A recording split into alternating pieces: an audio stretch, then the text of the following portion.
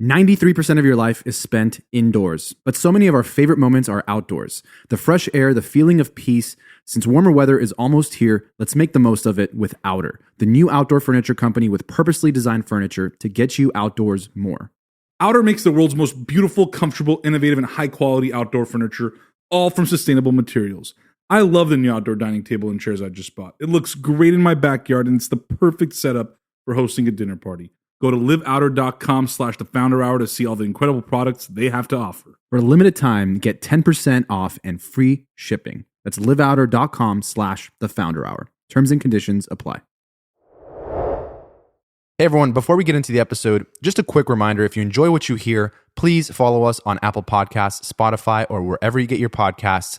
That way you get notified when new episodes drop. You can also follow us on Twitter, Instagram, LinkedIn at The Founder Hour. Let's get into it. Welcome to the Founder Hour. I'm your co-host, Pat, and in this episode, we sit down with the visionary entrepreneur, Chuck Templeton, the mastermind behind OpenTable. From his humble beginnings to revolutionizing the restaurant industry with OpenTable, Chuck's journey is a tale of innovation and determination. Tune in as we explore his inspiring story, discussing the challenges he overcame, the lessons he learned, and the impact he's made on the world of technology and dining. Here we go.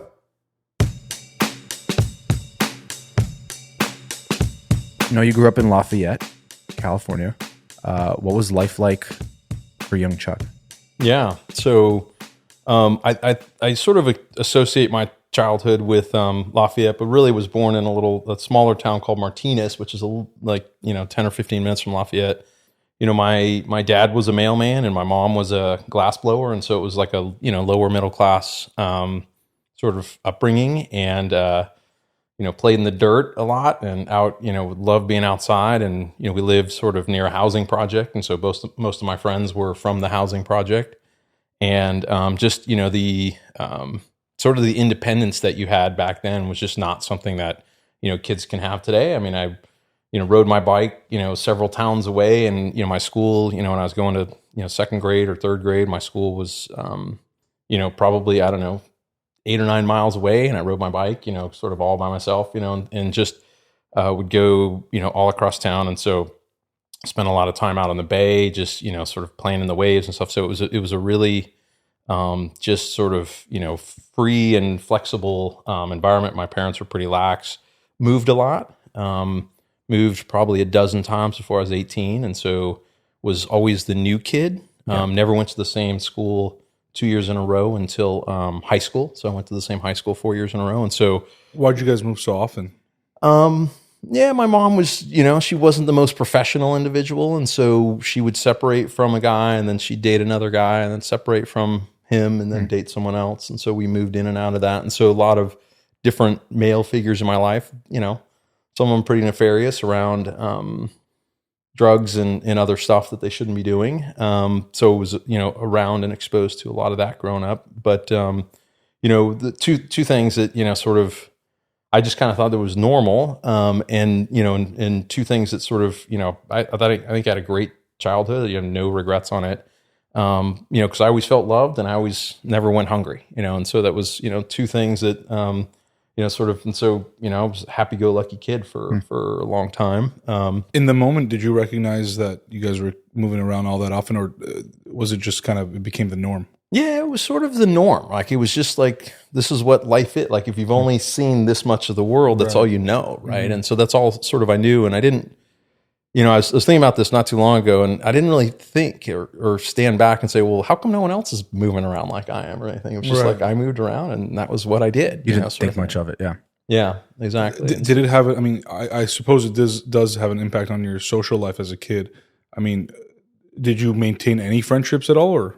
I did. I have one guy that I was over for Thanksgiving that I met when I was 4 years old in a rock fight, and so it was still, we were on opposite sides, and my side was losing, so I went over to his side. So been friends with him for, over 50 years now, and so that he was kind of the one constant that, I'd move to either Alameda for a year, or, back to Lafayette, or out to Concord, or then to Pleasant Hill, and back to Walnut Creek, and Martinez. And so, he was always coming over, and we'd take BART or whatever to, the mass transit system to get to. So, yeah, it was, there was nothing about, again, my dad was a mailman. He worked 5 days a week, worked hard. He had his 516 addresses he delivered to, and that was his sort of. So there wasn't like I didn't know what a profession was, sort of growing up. So did you dream of being anything at that point? I mean, was there a dream job in your mind? I thought I was going to be a cook or a chef when I grew up because I loved to tinker around with stuff, and I don't think anyone was ever very good when I was growing up, but it was fun to play that. So that was kind of the only thing that I ever sort of thought, oh, that might be interesting to do. So like where did that interest come from? Was it just like naturally you just picked up cooking? Yeah, I mean, given that we didn't have a lot of money, we didn't go out a lot. So my mom cooked a lot, and I would help her in the kitchen a lot. And so I did cook a lot, a fair amount. Could make a lot of meals for myself, back then. I was in college. I did most of my cooking and that kind of stuff myself and whatnot. So spent a lot of, but helped cook on Thanksgiving and stuff like that. So I heard somewhere that you were the first person in your family to go to college. Is that right? Yeah. Except for my grandma who went when she was like 50. Okay. And so, but yeah. So you mentioned going to college. Was that always in the plans, or did that become more of a reality when you were like, later in high school or maybe even after?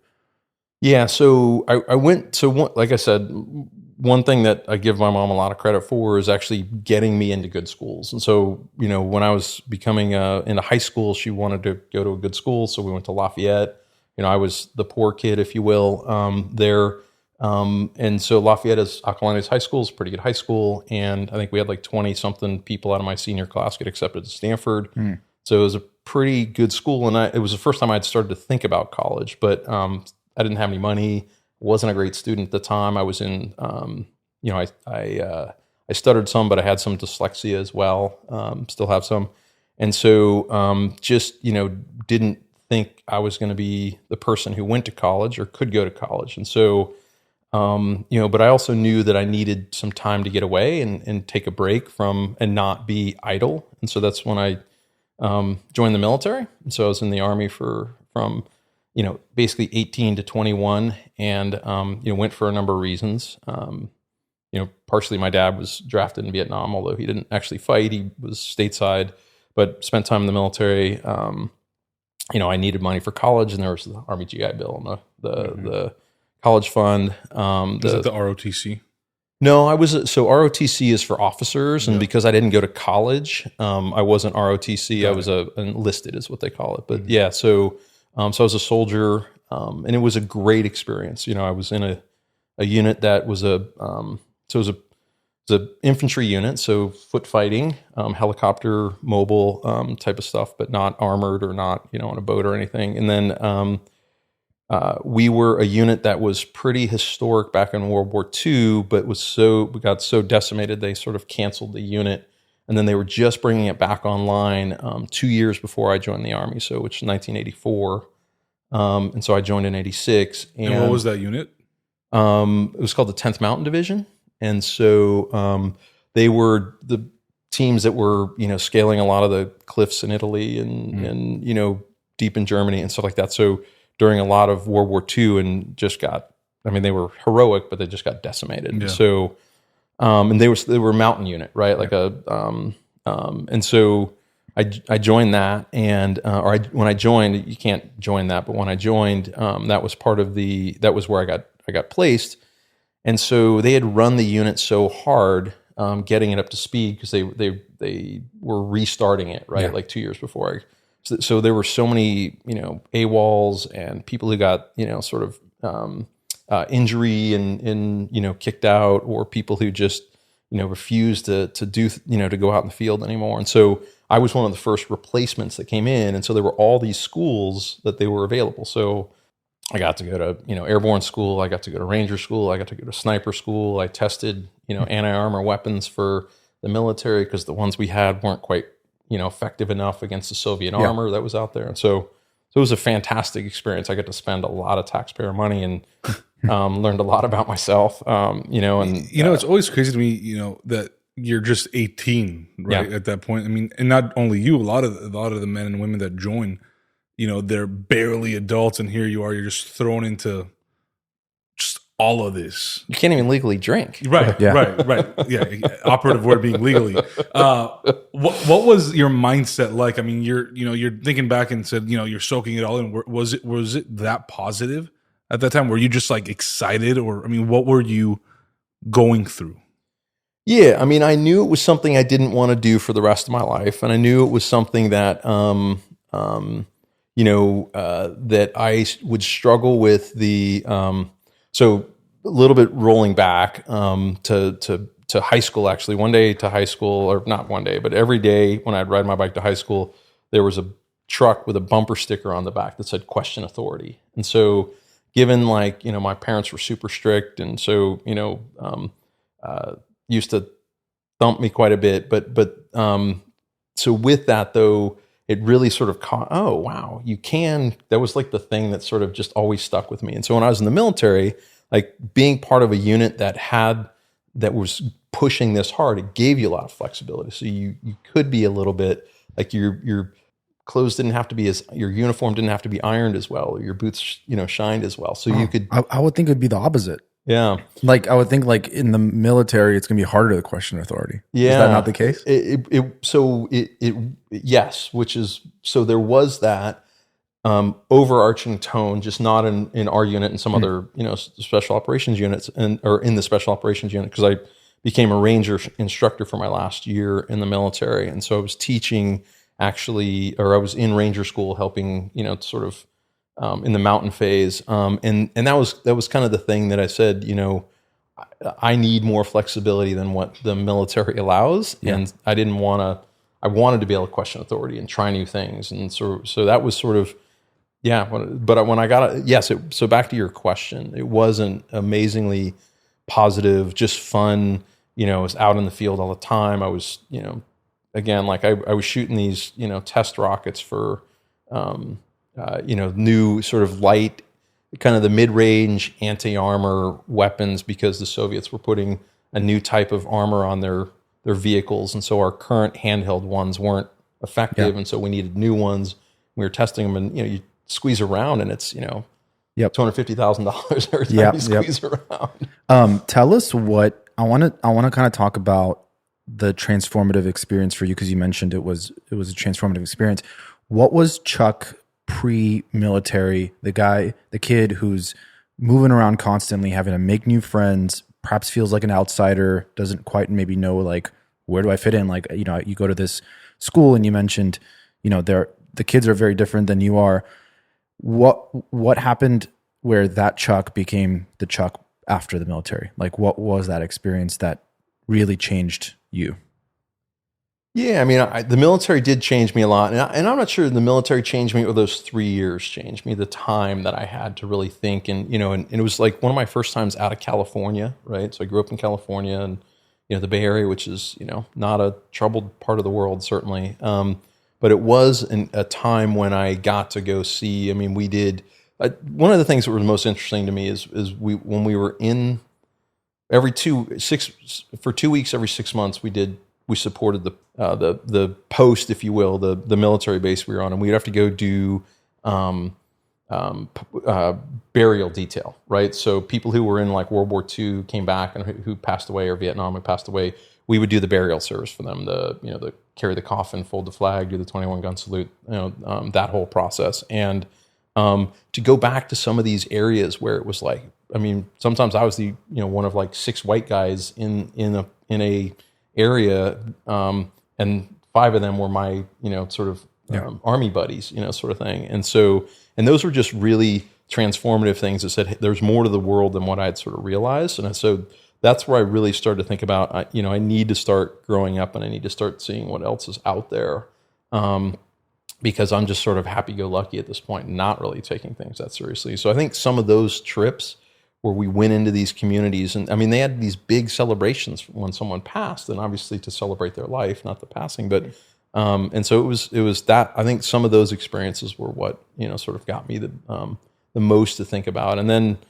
got back, went to junior college, did a year and a half there, played football. Football got me into Cal Poly, I didn't even know about Cal Poly when I, was sort of thinking about it. And which Cal Poly is this? Cal Poly in San Luis Obispo. Yeah. And then so spent 3.5 years there. Was the oldest guy. So in my grade. So when I got there, I was able to buy everyone beer, which was so I got to know a lot of people because a lot of people wanted me to buy them beer. And then in that sort of I was living on my own. I was paying my own bills. I mean, I did have the Army college fund, but I worked. So anyway, did you? I know you mentioned you have a friend, dating all the way back till you were 4 years old, but it just sounds to me like the experiences that you had when you were younger, and then also going to college and being like the older guy on campus. You almost have to be independent, and it might feel difficult to fit in a lot of circles. Was that ever like an issue with you in terms of feeling like lonely a little bit, and if you did, what did you turn to in terms of, was it like people, was it other things like, I don't know, reading, learning, were there outlets that you had along the way that helped you kind of come into your own as you got older? Yeah, I mean, where I like to do, so I do a lot of audiobooks, and I just kind of listen to a lot of, people thinking about how they see the world, ideas they have. That got me into philosophy. In between those two, I do a lot of that while running. And so running is sort of my meditation. So I run at least 4 days a week. Don't run as long as I used to these days, but still try and get out. And that's where I try and do most of my thinking and just processing and, what's next. And, if I'm ever down, a nice run will help me sort of get through that. So running for me has been one of my biggest outlets, certainly. I've never been great at mentors. There's always been a number of people that I've known that I've respected and whatnot, but going to ask for advice from people has always been, because I have always been, a survival mindset type of person. Okay, I've got to own this problem. And as I became a manager in life and leading people, that got to be hard because I sort of expected people to match your passion and enthusiasm and work ethic. Yeah, and be self-correcting, right? Rather than need to be managed, be able to understand, and so it's taken me a long time to understand EQ. But that requires for those people to have a self-awareness, or to want to have a self-awareness before they even could self-correct. Exactly. And that's where, it's taken me a long time to realize there's some people who just don't have that makeup, right? They just don't, they see the world a certain way. And, so that's been a big lesson for me. Yeah, I still struggle with that on a day-to-day basis. But real quick, I just want to take it back to the military days. And again, thank you for your service. We didn't mention that. You talk about food early on, and I know your story revolves around food as well. What was the food like in the military? And were you the, team chef, team cook? What was that like? I've never asked anybody that question, actually. Yeah, no. Lots of different lots of different things. So when I would go into the chow hall most mornings, I would just, it got to the point where you would mix everything. You would make a big, basically biscuits and gravy type of mix thing, because biscuits and gravy were there every meal, oftentimes eggs, bacon, that kind of stuff. And you would just take it and mix it all into one. My last year in the military, though, I was pretty fortunate because I was in the mountain phase of Ranger School, where I was an instructor there. And it's sort of known throughout the military for their blueberry pancakes. And so, when you're in Ranger School, you're basically, you only get a couple hot meals a week type of thing. Most of it's the MREs and whatnot. But what you do is, most meals in Ranger School, you're sort of, they're putting the food on your tray. You're eating it as you're walking down the sort of, the bar there, and then you sort of walk to the door. You're eating as you're walking to the door. You set your tray down and you go, right, sort of thing. And so, but in the mountain phase with these blueberry pancakes, so the mountain phase blueberry pancakes were phenomenal, and so that's where I got to enjoy that. But overall, it wasn't good. No, it wasn't good. It's not a highlight for. There are some bases though, if you look back at some of the stories of, the recent conflicts, there are some people who have done, some chefs who have been super creative about how they've, created these fantastic dining halls for our soldiers that are out in the out in the. You just imagine like nutrition for soldiers would be something that's important. I mean, as it is for everybody, but I mean, and hopefully it's improved from the time that you were there, but I can't imagine it's improved that much. Yeah. I mean, it's a real problem with the military right now because it's a lot of people coming into the military. We've had so much soda and sugar in our diets as kids that the bone density of soldiers coming in now, a lot more people are getting rejected coming into the military because of pre-existing issues that weren't around 20, 30 years You'd hope ago. the government would do something about it, but I mean, we could go down a whole rabbit hole there of, food in the U.S. Yeah, I feel like there are government subsidized food programs, but like, probably shit. Yeah, it's probably not even great. Well, a lot of people talk about it. If you look at the food triangle with all that stuff like that, the government sort of subsidizes the opposite of the food triangle. It's sort of it's like a reverse triangle. So, yeah. Interesting. So you end up going to college. I'm not sure if you mentioned it, but what did you end up studying? So I studied economics. And the reason I did that is because at the time, George W. Bush was an econ major. The first George Bush. H.W. Bush, yeah. H.W. was an econ major, and I had read a stat that more CEOs were econ majors than any other major. I don't know if it's true, but I read it. So you had that was what your mindset was, that like, I want to be a CEO founder eventually. Yeah. That's where I wanted to go. You didn't want to like go down a sort of traditional career path. No, I mean, so I was starting to get a sense for, because that was sort of, 93, 94 as the tech boom in the Bay Area was starting to build. So there were some companies now starting to come down to San Luis Obispo and do some recruiting on campus. And I'd sort of gotten a flavor, and I knew a couple older classmen, because when I went down there, I played rugby as my first year, and I was playing with, sort of people who were graduating who were going into the tech sector up in the Bay Area. And so to me, I was just starting to get an inkling of what was possible. And so, I wanted to be a founder, here I'm moving back to the Bay Area, one of the, sort of not internet, but entrepreneurial places, on the planet. So who were some of the people at the time that were building businesses that you looked up to, or like you maybe wanted to emulate? Yeah, I mean, it's a good question. I'm not sure I could name any names. I mean, certainly later as I got into, living in the Bay Area and seeing some of the companies that were sort of starting, because my first job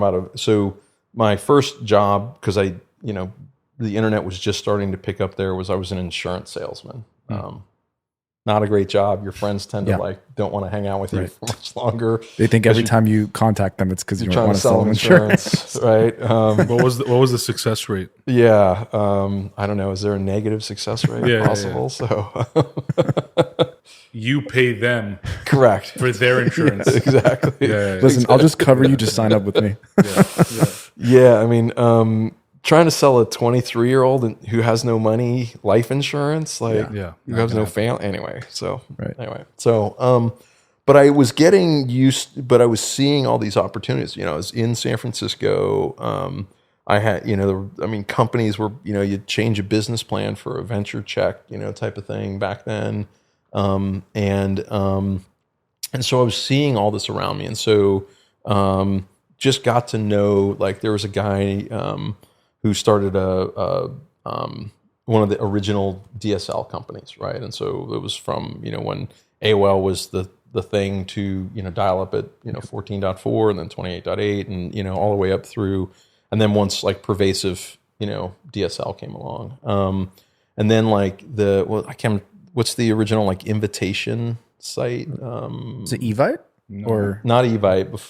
Yeah, Evite. Yeah. Sorry. So I knew the two founders of Evite, and they actually wrote a little piece of code for OpenTable that was one of the longest pieces of code that we had, original pieces of code that we had.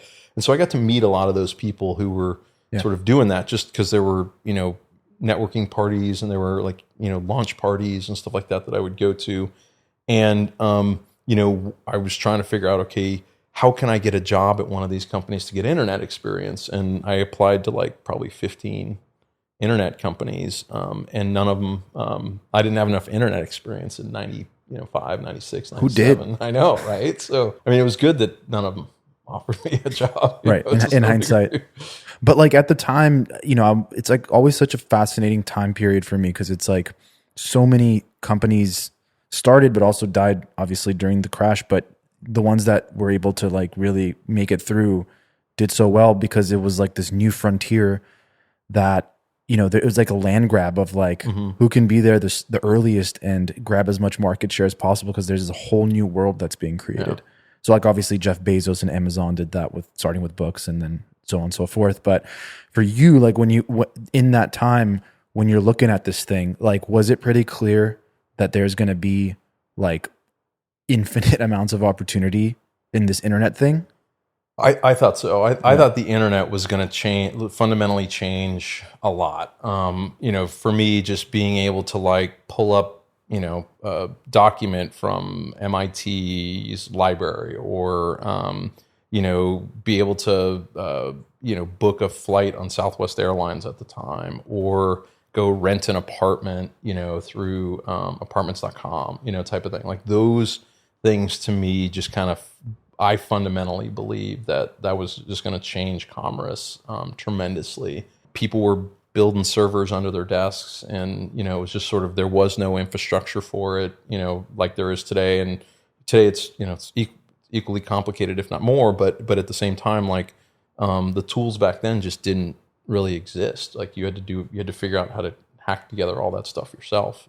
But yeah, I mean, I was a huge believer in the opportunity and knew I wanted to be part of it. I just didn't know how I'd be part of it. So you applied all these jobs and don't get them. What comes after that? What do you do? Yeah, and so I in high school I waited tables, and so had sort of a strong familiarity with restaurants. In the military, even for like a month, I waited tables randomly in this weird reason. But and then through college, I waited tables and sort of paid my, so when I got done with college, I had no debt. Hopefully Cal Poly was a very cheap school, but at the same time, I had no debt. And so I knew how the front of a restaurant worked. My fiance at the time, my wife now, her parents were in the restaurant business. And so, one weekend, it was a Saturday morning. She was trying to make reservations they were coming out the following weekend. And she was trying to make reservations for the Friday, Saturday, Sunday night. Started, 9 or 10 in the morning. Arguably on a Saturday morning, it's not the best time to try and call restaurants in the past. Yep. And it took her like 3.5 hours to get these 3 reservations because one, her parents are foodies and they run Lettuce Entertaining. You said you were in Chicago last week. Mm-hmm. And so it's, it's a pretty big restaurant group. Mm-hmm. I think they've even got a couple restaurants in LA now. They do close to $1 billion in revenue, and that's through like independent, type of restaurants. So it's not a big chain. So, she'd call one restaurant and get their voicemail and call another, and, they were open. So she'd get a reservation, call another. They're not open on Sunday. So then she'd call them on Saturday and move it back on Sunday, and so it was just a big mess for her. And so I said, there's got to be a better way. And so, quit my job and just went out because I'd worked in the front of the house, but I'd never really realized there wasn't like an electronic system at the host stand. It was all paper-based systems at the host stand. And so what I was thinking when I quit my job, and this is the level of market research I did, is I thought I was just really going to take like the internet and stick it into the back of these digital terminals and just, now put the reservations up online. And then, quickly within like a couple weeks, I realized that there is no terminal at host stands. It's all pen and paper, or it's all paper and pencil, up there. And that there's all kinds of complexities. There's different ways. There's different formats that people take reservations in. Some take them like in the office during the day and, at the host stand at night. And some have, dinner time and some have lunch. And so all these complexities that started to emerge. What about market research on the other side of the marketplace, like consumers? Did you talk to other people that, you had that issue, or did you feel like, this is a pretty common thing that everyone is probably dealing with? They just don't know that there could be a better way. It was a little bit of our conversation beforehand. Is my mindset was, if my wife has this problem, everyone's going to have this problem, right? Sort of thing, right? So I just didn't think about it. Yep. But I also saw Southwest Airlines. You could make a reservation on Southwest Airlines. You could do, there was apartments.com, there was rent.com, there was food.com. So there was a number of places out there where you just people thought restaurants hadn't caught up yet to that. Correct. Yeah. And when I had worked in restaurants, I realized they were all sort of low margin businesses, right? They're very cyclical, whether it's throughout the day, lunch and dinner, you have your peaks. Throughout the week, you have your peaks. Seasonally, you have your peaks. Most of them, or a lot of them are run by people who have a passion. They can light a candle and cook a meal, but maybe not as good on the books and stuff like that. They're getting a lot more. They're obviously a lot more sophisticated now than they've ever been. But for a lot of them, it's artisanal, right? It's not about. Yes, they want to make money doing it, but that's like they also have a craft they want to share with the world, right? And so, so for many of them, like they didn't know what the internet was. They didn't know. Many of them didn't even have point of sale systems where you could put in the order and it would go back to the kitchen and whatnot. They were purely paper driven. Besides the phone, Some of them businesses. are still like that. Yeah. Yeah. So you see this problem that exists, and you do a little bit of research. You realize it's not going to be an easy thing to start. What is the immediate next step? Like, does clearly it didn't discourage you from doing it, but what kind of got you over the maybe hump of like, well, even though this is hard, it's still worth pursuing because there's a big enough opportunity. Yeah. There was a little bit of so there's a lot of serendipity and which I just think is a, streamed through a lot of entrepreneur stories, but certainly through mine, that there was some people that I met who felt like they were missing the internet investing craze because they were at a restaurant investment bank. Restaurant industry wasn't seeing a lot of internet, technologies come through there. And this was a restaurant internet technology, right, that people liked. And so I had this group. It was part of Montgomery Securities, which is long gone. It's been bought up, which is bought up type of thing. But there was a group of investors there that one of my developers, his wife worked there. And they said, hey, we want to invest in this internet thing that's about restaurants because we don't, they had taken like Red Lobster public and things like that, but they hadn't been able to do it. Yeah. And so I got, we decided to raise a round because of that, because I had borrowed $50,000 from my father-in-law. It's kind of the only money I'd borrowed for it. And then we got these investment bankers that were, from the restaurant world that wanted to, get involved with the internet. And, it was a very, aggressive time. And so I started off, I wanted to raise $500K, which was the seed round back then. Crazy.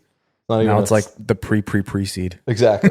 Now, yes. Now you can't even put seed on that anymore. Right. It's like so far below a seed. So anyway, the soil round. It's the soil. Yes, exactly. It's definitely going to go to shit. But in case it doesn't, we'll give you a pre-seed. There you go.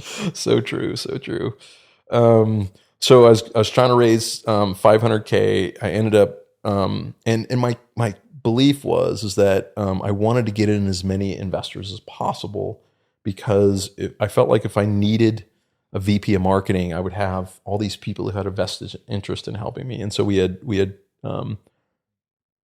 47 investors. Wow, sounds like a first-time founder mistake. Yes, we raised. I was trying to raise $500K. I got 1.2 million committed. Squeezed everyone pro rata down to $750K. Closed that round 3 weeks later.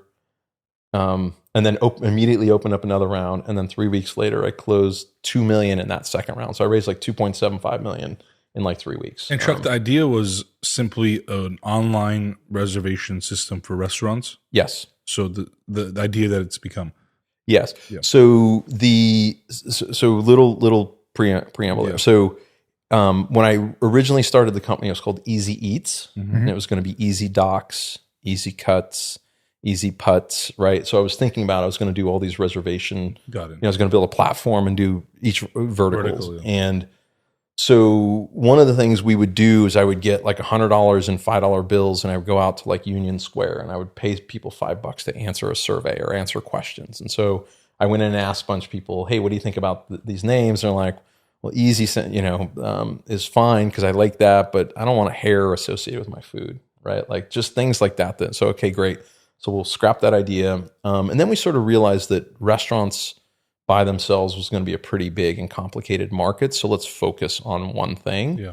And then we moved away from Easy Eats because a lot of these high-end restaurants weren't excited by the name Eats in it. And so Or OpenTable. easy. What's that? Or easy. Maybe? Or easy. Yeah, exactly. So it was. And so OpenTable, again, through a bunch of $5 bills and Union Square, was sort of how we got to that name. Yeah. And so then we named it. But yes, that was the concept. But what we knew we had to do is we had to take that paper-based system that they were used to using and replace it with an electronic system. Right. And on that note, obviously I see it's obviously clear the value proposition, like, struggling to get a reservation for the customer. So many times you see people in an industry that have been doing the famous saying of like, well, we've always been doing it this way. Like, why change it? Right. How did you convince these restaurants in terms of like what value were you proposing to them that made them realize, okay, maybe the way we're doing it is not perfect, and we could certainly, use something like this? Yeah. So there's like 4 answers to that question, and I'll try and weave them all together. But I think it's exactly right, and this is what a lot of entrepreneurs don't. That's what a lot of entrepreneurs don't absorb, I think. And so the first thing that, and this is in no particular order, these are sort of all together, but the first thing is that you have we'll call it the, so you got your innovators, your early adopters, your early majority, late majority, and laggards, right? Your sort of innovation curve, right? There's going to be people who don't want what you've got yet, or aren't going to get it until, the majority of people have it, right? And so what you have to do, first of all, is keep your customer or your prospect target list as broad as possible, or have as many options, shots on goal as possible, because you want to find the people who have the pain point who want to work with you on it, right? If there's no one who's got a pain point, then you don't got a product, right? But if you're finding people who are okay working with an unfinished, imperfect product, then you're going to have people who will work with you through the bugs and through the sort of, configuring it the way they need it and that kind of stuff. So two was that a lot of these restaurants started to be concerned about, the competition was certainly building up in both San Francisco and New York on the restaurant scene. And, Zagat was really big, and who's the best restaurant. And so, but their databases were these hosts and hostess who may fall in love and move to Barcelona, or may quit their jobs and go down the street. And they were their databases. They were the people who recognized Mark and Sandy who were coming in, or, Josephine and whoever, right. So they were the ones who would recognize these people and were treating. And so if those people left, their database walked out the door. They didn't have this information, or it was sitting up in paper books on a bookshelf somewhere from their old, sort of reservation sheets. And so, so there was a lot of restaurateurs who realized that they were pretty vulnerable from that standpoint. So that was sort of the second, sort of dynamic that was starting to happen. And then, and then even with the customers that they had coming in, they wanted to make sure they knew who their best customers were and what their best customers' interests were. Like, did they like a corner table? Did they like, Mark as the waiter, or Sandy as the waiter? Did they like, were they meat eaters? Did they love wine? That type of stuff. And so it was the restaurateurs who were really thinking about taking better care of their current customers.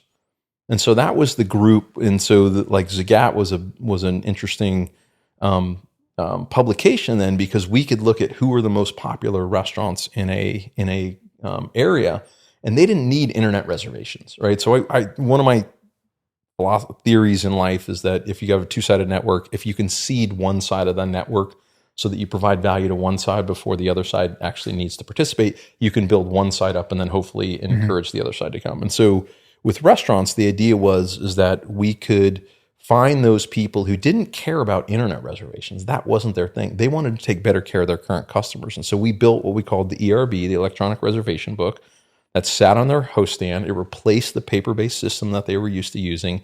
And now they could take deep, detailed notes on who their customers were, what their preference were, how often they came in, how valuable they were, all that kind of stuff that they had never had access to before.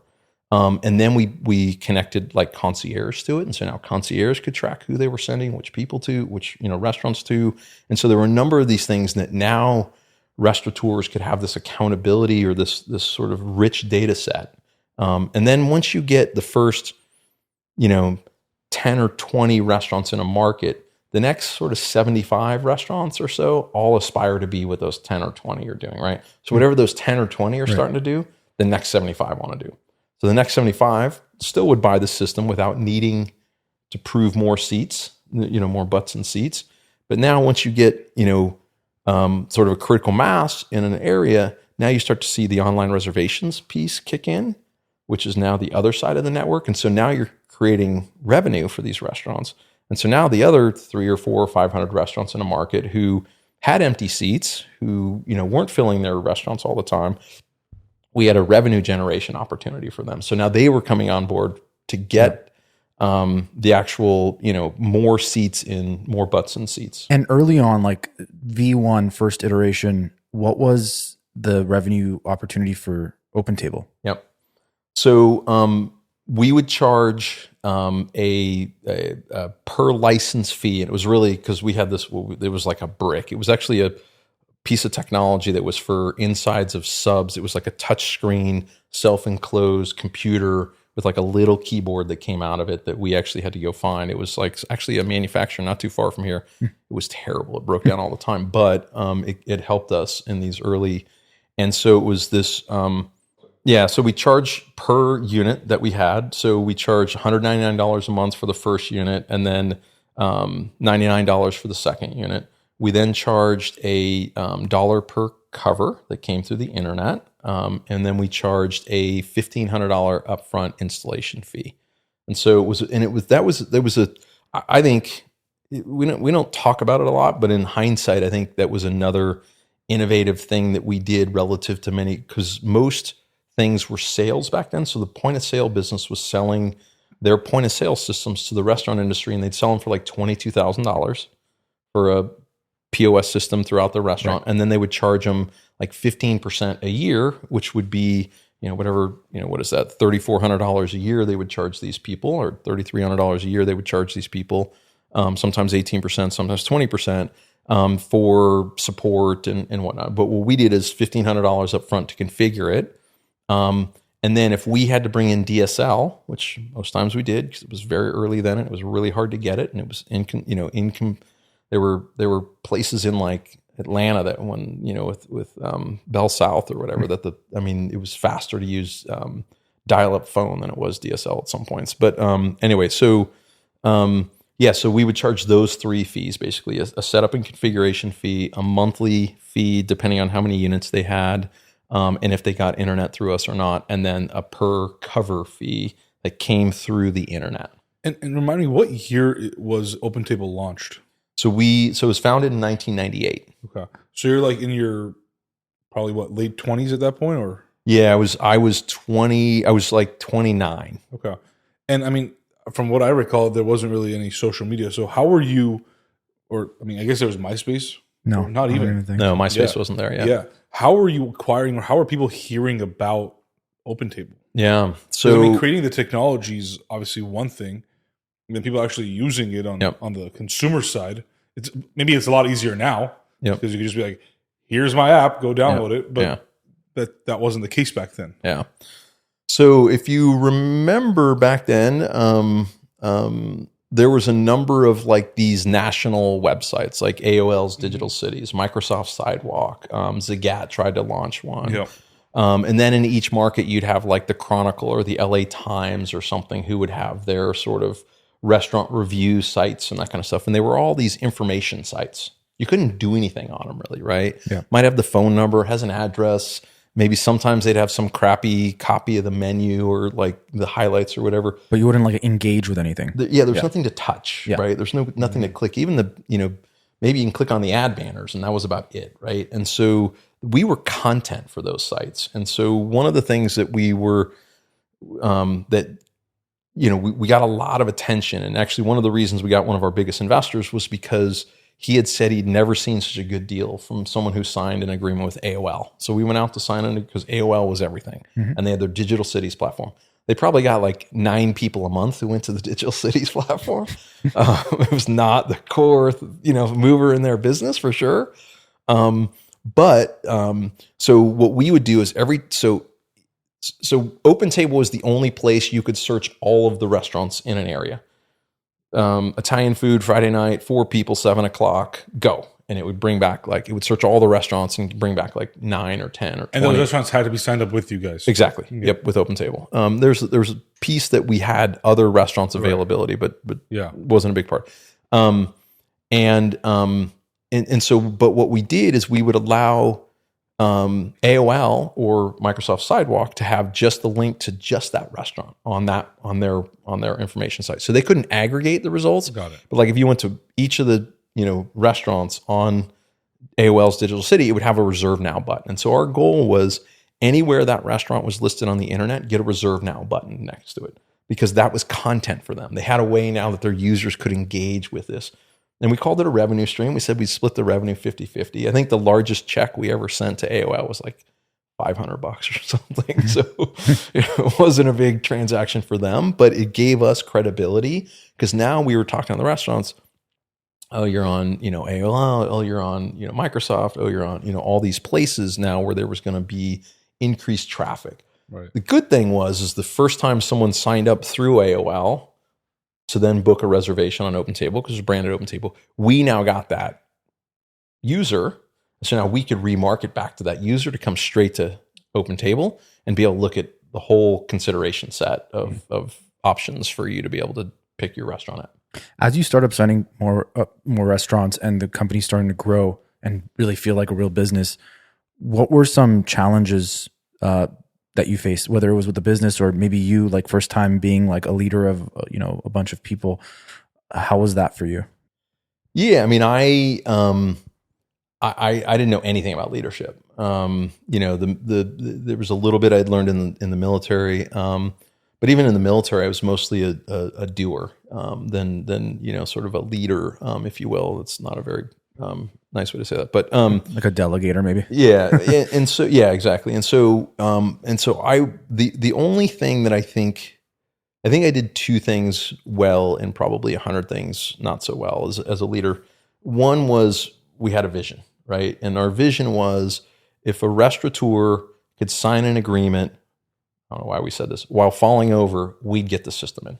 We just made it easy for them to sign up, because we saw every time there was a barrier or some sort of friction in the process, it just slowed it down. Right. It went from 1 touch to 6 touches to 30 touches. It got exponential in slowing it down every time there was a kink. And the kink could be in, so I tell you a ton of stories about that. So that was the first thing. And then 2 is that no one was going to work harder than I was going to set the bar for how hard we were going to work.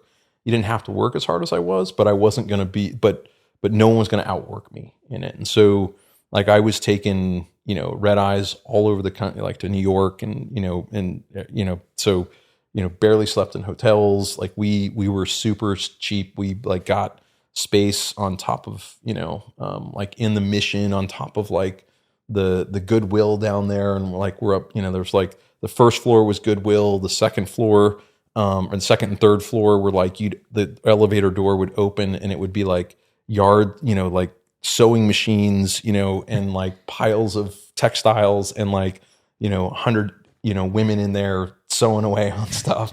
And then we were on the top floor, of the space, and we used, old doors for our desks, and, got filing cabinets, there's 2 level filing cabinets for free, and, found chairs in the dumps. I mean, we were super cheap, in that. And so I was the first person there every day and the last person to leave every day. And I was not, I didn't have the skills to do what I was doing, but I was going to learn them. I was going to, and it was going to experience it and learn it for, myself, was kind of how I thought about it. And so those 2 things, and I was willing to make mistakes. I want to learn on the go. Were you making money? Were you paying yourself? I was paying myself $90,000 a year. So I was paying myself something. Yeah. And do you recommend that entrepreneurs do that? I think so. Yes. So I have a number of thoughts on this. So I do think that, like, I mean, we lived in a really small apartment. I didn't go out and buy $19 Frappe latte coffees every day at Starbucks. I didn't.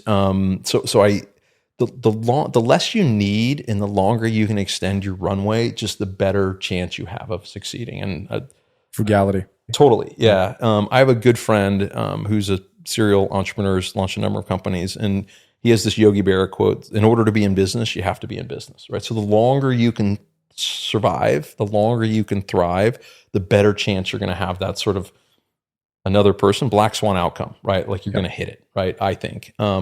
And other people may have different philosophies, but that's certainly mine. And you have to be able to sustain being in business. Correct. Exactly. And be scrappy. And so the less you need, but I do think that entrepreneurs should pay themselves something. I think they should try and figure out how low they can go. But they shouldn't need to, sort of be out flipping burgers to pay the rent. Right. Having so many investors on the cap table, and it's a long it's a big table. Did it ever feel like, was it a struggle ever in terms of you wanting to lead the company the way you want to lead it versus people maybe breathing over your shoulder, or any conflicts there? Yeah. I mean, I wouldn't recommend that to other people. I mean, 47's too many. I might, I think 46 too many. Yeah. 40, maybe. Yeah. So I'm not going to lie or deny that. So yeah, I mean, I think that, having people around you that can help you be successful is important. There were a lot of people who they were less armchair quarterbacks, but they were more wanting to know it all. And so wanting to what's happening, how am I doing, and that kind of stuff, especially people who, I had people who would put in 10 grand who I heard more from than the largest investor who would put in 250K or something like that. And I heard from him weekly. Right. I went to this one restaurant and this happened. Because it was probably mattered more to them than exactly. Yeah. The money that they had put in was probably a bigger piece of their net worth. Exactly.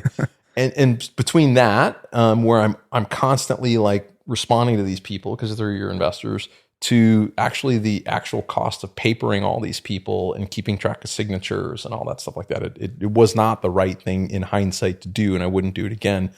So yeah. Yeah. So what ultimately happens? How long do you stay at OpenTable? So a number of things happen. So, and you asked some of the challenges of some of the leadership stuff. One of the things is certainly the .com crash, right? We had raised a round of capital, right before that happened, right? And it was nice to have some capital. It allowed many of our so there's some huge serendipity in this. So I think we were building a good business. There was lots of pressure on how do you grow faster, all these other, businesses that we had shoe leather cost, right? We had to walk into a small restaurant. We had to get them to buy the system. We had to then transfer all of their reservation data, which has 2 months in the future, into the system. Then we had to get DSL into that place, and then we had to sort of turn them online, right? So there was a lot of work to do for these small businesses. DSL could take 12 or 14 weeks sometimes, and if it was a union building, may even take longer than that, right?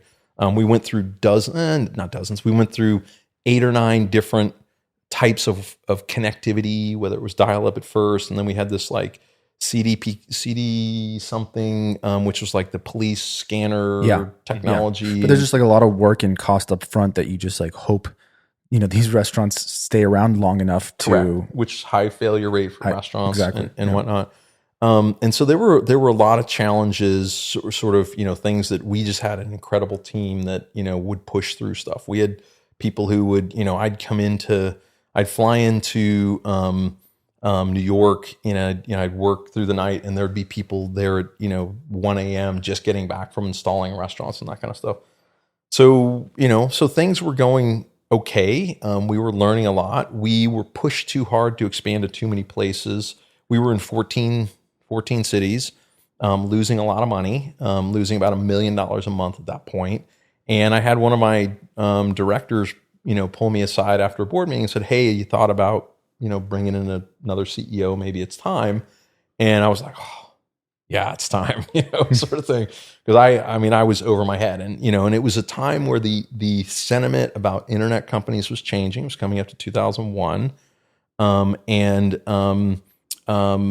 so people, I have a lot of gray hair now. I didn't have as much gray hair back then. They said, how about if we find someone with some gray hair who might be able to do some more here and whatnot? And so I stepped down to be the head of product.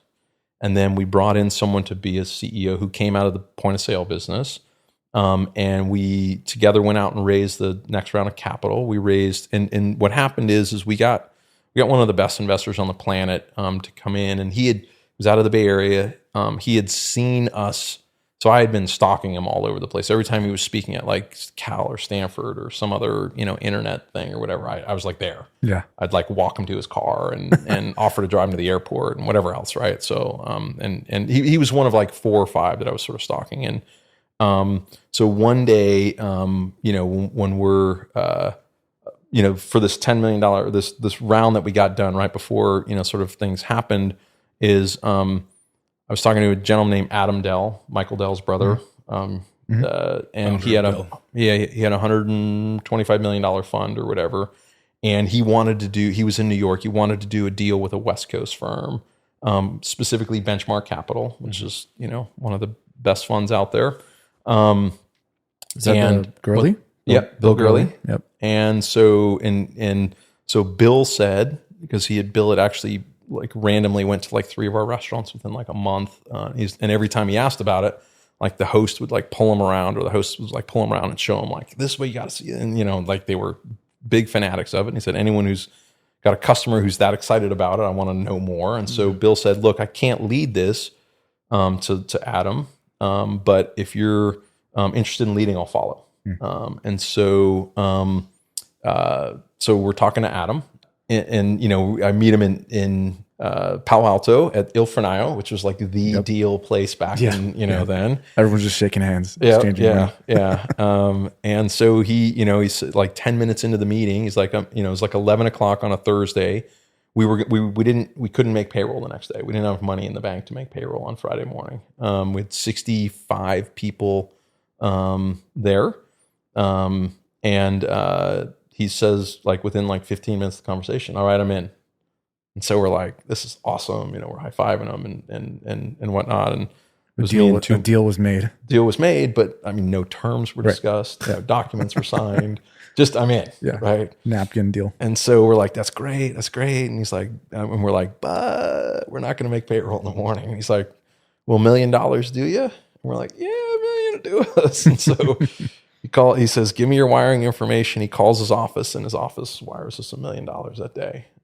So eventually, that was a $10.5 million round. And then that got Benchmark in, and then Bill got closer to the company. And so Bill got to see because these are local 2-sided networks, right? Like a restaurant in Seattle didn't matter to San Francisco. Yeah. Only restaurants in San Francisco mattered to San Francisco, type of thing, right? And so you'd see these 2 sides start to accelerate. And so there were all these like growth curves, right, that we had in the business, right? So biggest market, second biggest market, third biggest market, type of thing. And so, and Bill could see what was happening in the Bay Area, and we could start to look around and start to magnify that across the country and all these other markets, right? They go through their sort of J curve, right? Yeah. And so you start piling those up, and they can actually add up to quite a bit. And so he liked that. And so we then raised a $34 million round after that. And we basically, this was like before we did this, whenever there was like an investment in a XYZ type of company, like 10 other XYZ type companies were able to raise money, right? So like people would just validate something, and then, it wasn't like an individual company, it was like a whole industry, essentially. Exactly. Market. Yeah. Exactly.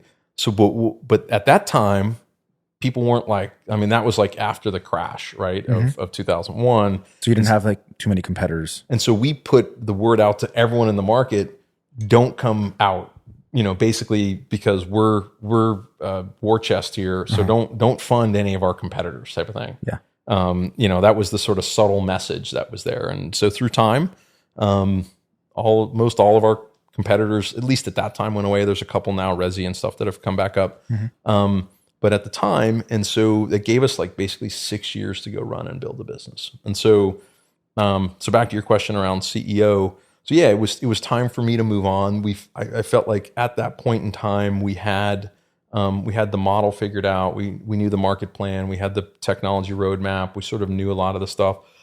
I liked the early stage stuff more. Yeah. And so I wasn't sure I was still adding And value. also by this time, I'm guessing with all these rounds of funding, you had significantly diluted your position in the company. So maybe that attachment, I don't know, was that attachment there as much as it was at the beginning? It was. I felt as like passionate about the business, but it was almost in a way where I felt like now I was dragging the business down because I got a raise to 175K at that point in time, and I just felt like I was a cost on the business rather than like I wasn't providing 175K of value on the business, so I didn't want to be there. At what point, if at any point, did you say like we've got to monetize this thing? I've got to make my millions, tens of millions, and just move on to the next thing? I was never in it. Like I wanted to do well. I'd never thought about like really, breaking out and making money. And I was probably, my belief was at the time, and this is certainly my perspective in hindsight, is if I can get my first win, that helps me down the road, right? I don't need to make all the money in the world off my first win. If I can be successful, like that's going to paint my future down the road. So I was pretty generous with equity. And, we raised it. We got caught in a cycle where, that last 34 million round was not cheap from a equity standpoint.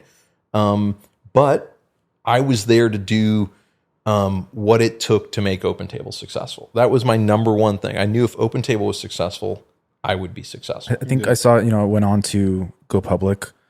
And then I think it was acquired after it went public for $2.6 billion. Yep.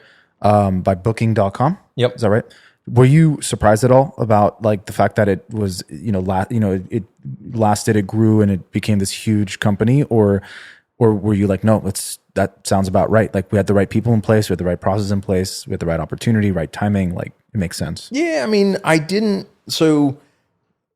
naivete. I didn't really think, I just thought it was going to be a US centric company. When I went into it, I didn't know how big the market would be. And I didn't know it was going to like go into Japan and Germany, which obviously none of those markets are as big as the US market is the biggest market for reservation centric stuff.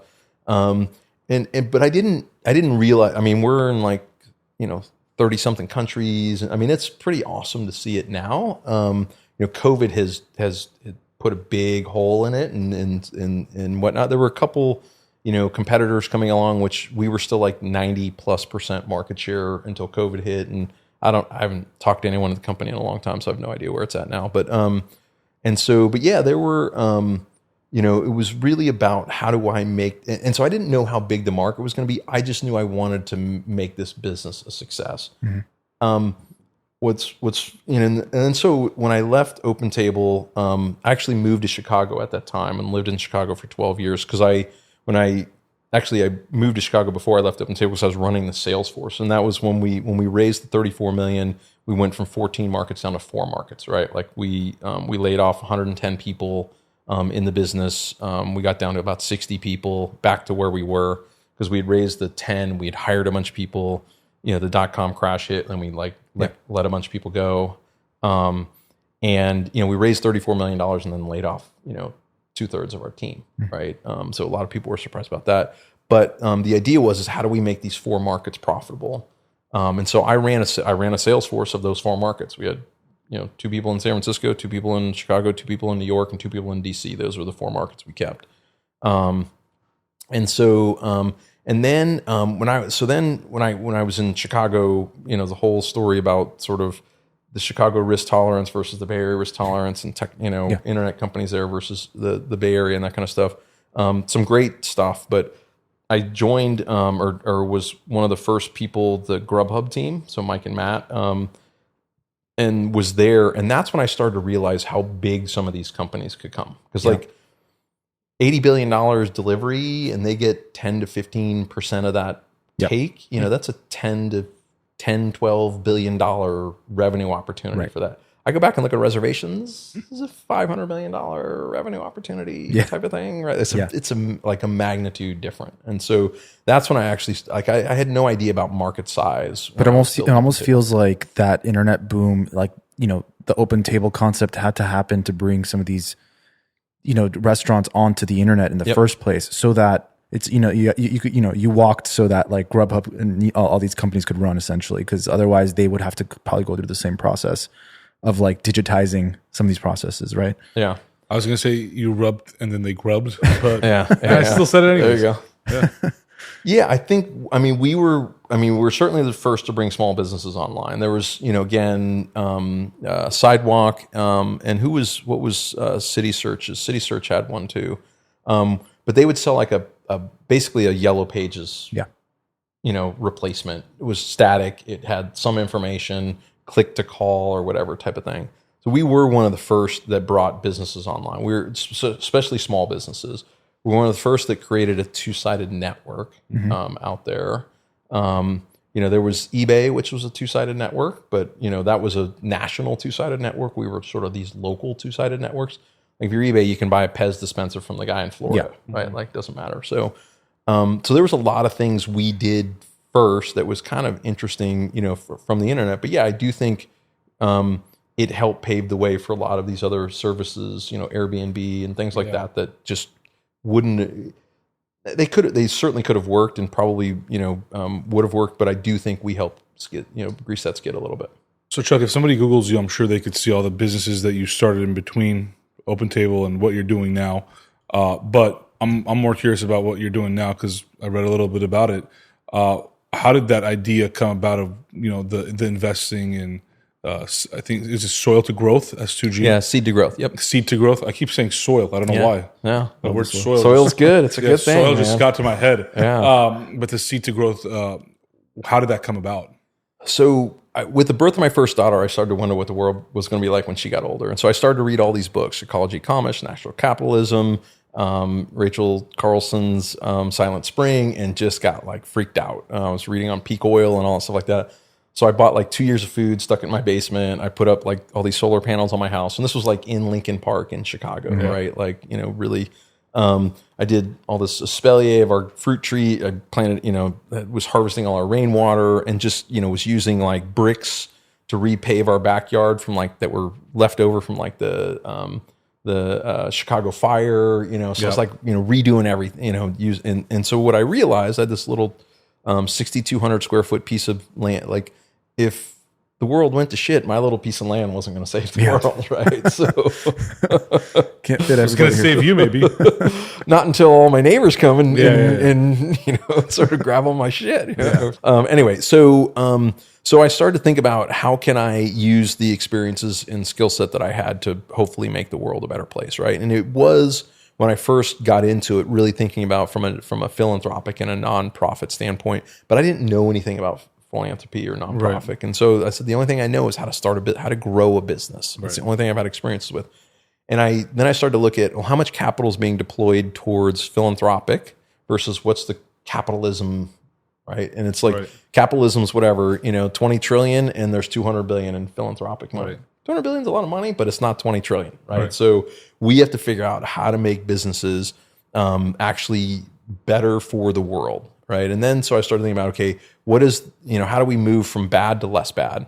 And then how do we move from actually not even, you know, bad to less bad, but how do we make it positive, right? And so it's taken me a while, but that's where I sort of think about my journey right now is about how do we prove that some of the biggest companies in the world are still to be built and that they will have things that are positive for the planet and positive for people built into their model, and they will succeed where if you're not starting a business today that has impact built into it, you know, I think you're going to be at a competitive disadvantage.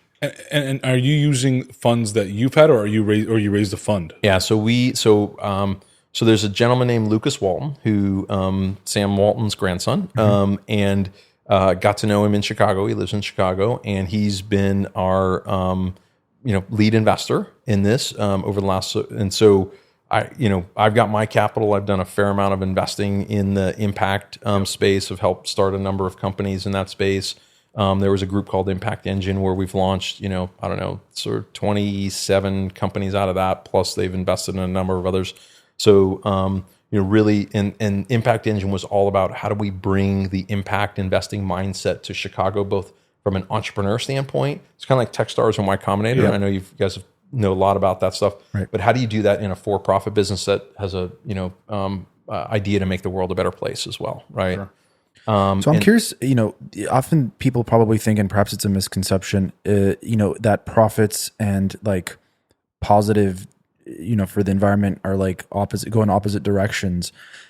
But what have you seen that is proof that you could go in the same direction? And is there like one or two companies that you think are doing it right, are doing it the way? Let me talk concept first, and then I'll get to companies, right? So I believe that first of all, constraints are a good thing for entrepreneurs. That's why I think downturns, every time you look at some of the best companies in the world that have ever started right before a recession, within a year before a recession or during a recession, Apple, Microsoft, you may have heard of them. Yep. They are two companies, Charles Schwab. I mean, there's a ton of companies that start up in depressed economic cycles, right? Mm-hmm. So constraints are a good thing on entrepreneurs.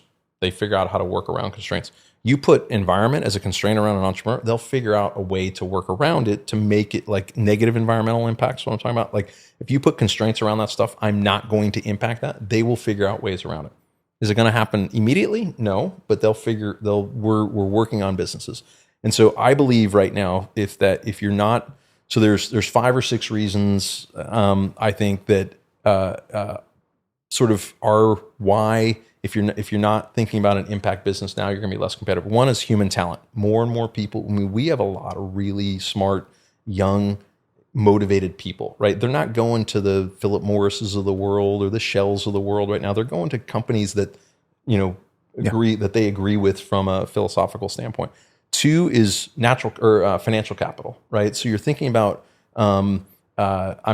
When Goldman Sachs and KKR and BlackRock and Blackstone and all these companies are launching impact channels of capital or funds, are they perfect at them? They're getting there and they're learning a lot, and they're having to change their mindset and whatnot. What we're doing, right? And we see a lot of family offices moving in this direction. So there is a ton of capital moving in this direction. 3 is natural capital, right? Like we're not finding chunks of coal or copper on the ground anymore. All that stuff's like way underground, right? It's really hard to get to. It's really expensive. So if you're not dematerializing your products, making them more, energy efficient, biodegradable, compostable, that kind of stuff, which is sort of the next thing is 4 is regulatory, right? You got Oakland and San Francisco suing, Chevron and Shell for climate change, and like it's going to get if you have an externality in your business model, it's going to be tough because people are coming after you. 5 is surety of supply, right? Like if you think about weather systems and how they're changing, and if you're, General Mills and you want access to wheat for Annie's, you got to start thinking about better ways to do that than, sort of burning everything down to make it work, right? And they know that and they're working on it. But 6, it's consumers. All things being equal, and you give the entrepreneurs this ability to, sort of build things that are equal, you will see consumers continue to move in this direction, which will drive businesses in this direction. So with that said, we're at the early phases. There's a fair amount of evidence, if you look at on a number of fronts, like diversity from entrepreneur standpoint, and whether it's women-led or BIPOC-led or whatever. So, because a lot of those businesses right now actually, unfortunately, get less capital, oftentimes at better valuations. Investors are finding better returns there on average. So you're seeing that. And then from which again, whether that's fair to the entrepreneur, and a lot of that needs to be figured out. Although I have a point that could be contentious, but I actually think that if you had a business and you had a male running it or a female running it, and they both went out to raise capital, the male would probably pick a number here for 10 million. The woman might raise like 6 million or 4 million, to go try and build the same business. Yep. Maybe that's because. But would the woman be more successful? I would give them an equal chance, right? Type of thing. So, because that's where I think constraints, like I think right now is a really good time for entrepreneurs. the market, the private markets have really suffered over the last, since like the beginning of 22, really. But that's a good thing because there was too much money coming into a lot of these companies and they were spending it. They were not investing it, they were spending it, right? And so now that if you give an entrepreneur constraints, they will figure out ways around it. And I'm seeing that now. A lot of our companies now are turning profitable because they've, yes, they've had to let some people go oftentimes, or they've had to like move from, 6 product, lines to now 2, but really focused on those 2.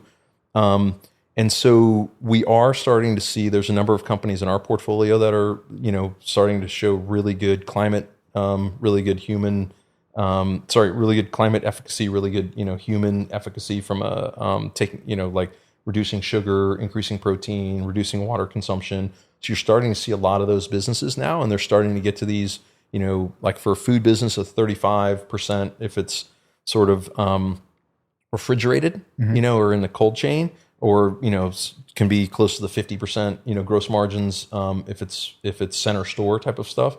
Now you're starting to see some brands like get to those levels of efficacy. The challenge will be is do they follow the same cycle that Kraft macaroni and cheese did, right? Like the product today is like 40 versions different than the product it was 10 years ago or when you were kids, sort of thing, right? And so